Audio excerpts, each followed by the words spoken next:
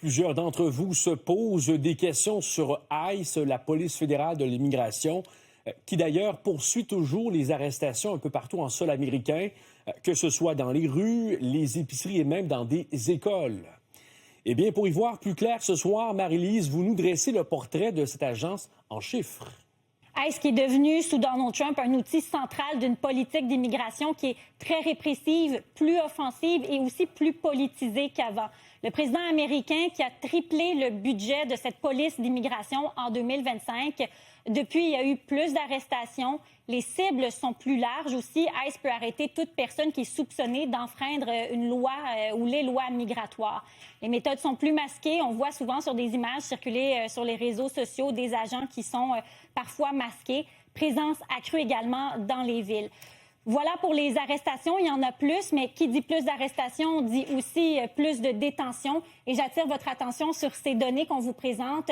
En date de novembre 2025, 65 735 personnes étaient détenues aux États-Unis. Maintenant, la détention selon l'agence, oui, il y a ICE, mais il y a aussi l'acronyme CBP qui est Custom and Border Protection.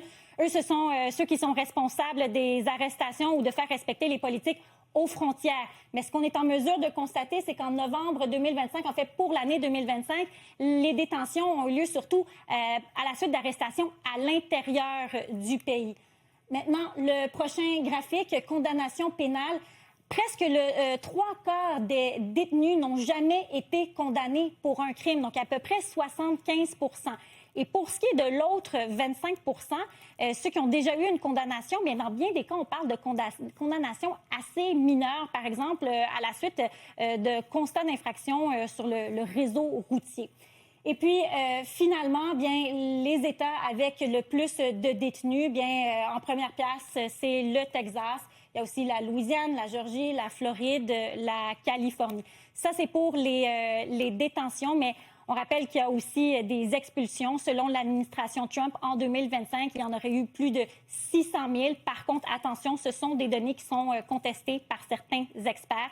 Pour terminer, tout ce qu'on vous présente, ce sont des informations qui nous proviennent de Track Immigration, qui est un centre de recherche américain qui collecte et analyse des données officielles, des données qui proviennent de tribunaux et de différents ministères.